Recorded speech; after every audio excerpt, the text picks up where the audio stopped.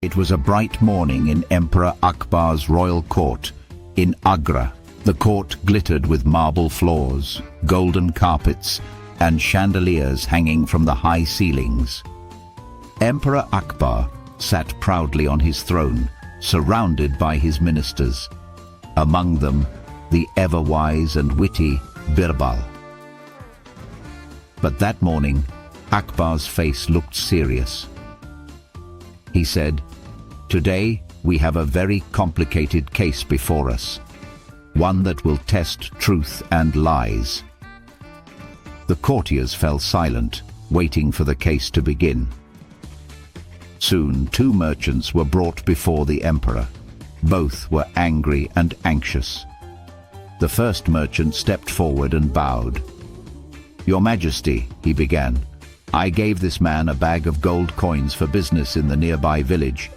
He promised to return the money after his trade, but now he denies ever taking it." The second merchant quickly protested. "No, Your Majesty, I'm innocent. I returned the gold, but I dropped it near a temple while returning. I even saw someone pick it up. It's not my fault." The courtroom buzzed with whispers. Akbar raised his hand for silence and said, "One of you is lying, but how do we find the truth?" Akbar looked around. "Can any of you," he asked his courtiers, "tell me who speaks the truth?" All were silent, except Birbal, who smiled calmly. "Your Majesty," Birbal said, "we can find the truth if we can find the right witness." Akbar frowned. "But Birbal, there are no witnesses here."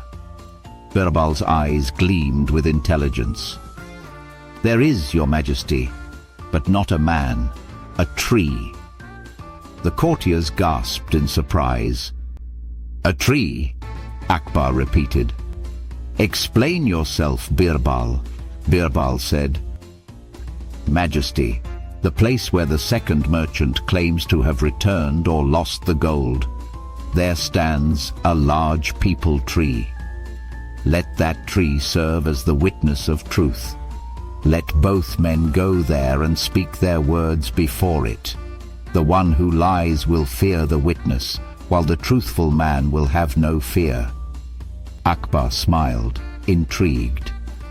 "Very well, Birbal. Let's test your wisdom." The next day, Birbal took both merchants to the outskirts of the city. There stood an old peepal tree, its branches wide and roots deep. The wind rustled through its leaves, making a whispering sound, as if nature itself was listening. Birbal said, "Both of you stand before this tree and repeat your statements truthfully. The tree shall be our silent witness."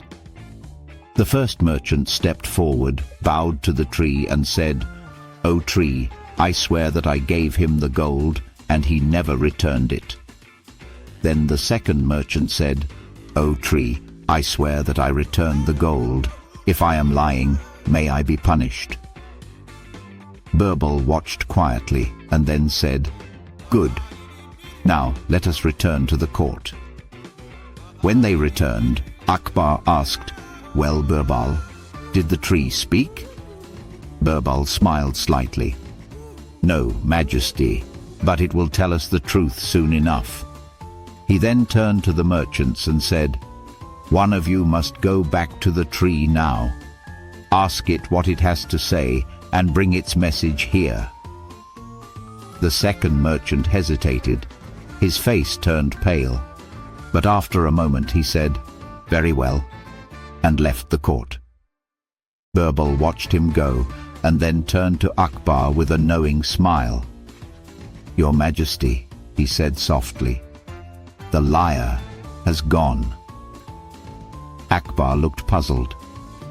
"How do you know that, Birbal?" Birbal replied, "I never ordered anyone to actually go. Yet, out of fear, the guilty one went, thinking the tree might really speak the truth. An honest man would have no reason to be afraid." Moments later, A servant confirmed, "Your Majesty, it's true. Only the second merchant has gone to the peepal tree." The court burst into murmurs. Akbar smiled broadly. "Birbal, once again your wisdom has revealed the truth." He turned to the guilty merchant. "You have deceived and lied. Return the gold immediately and accept your punishment." Then, addressing the court, Akbar said, "Let this be a lesson to all, that no lie can hide from the eyes of justice." Birbal bowed humbly and said, "Your Majesty, truth needs no witness. Even silence becomes a voice for the honest man, and fear becomes a confession for the liar. Truth never needs a witness. The one who lies will always betray himself through fear. Honesty stands calm, while falsehood trembles in guilt."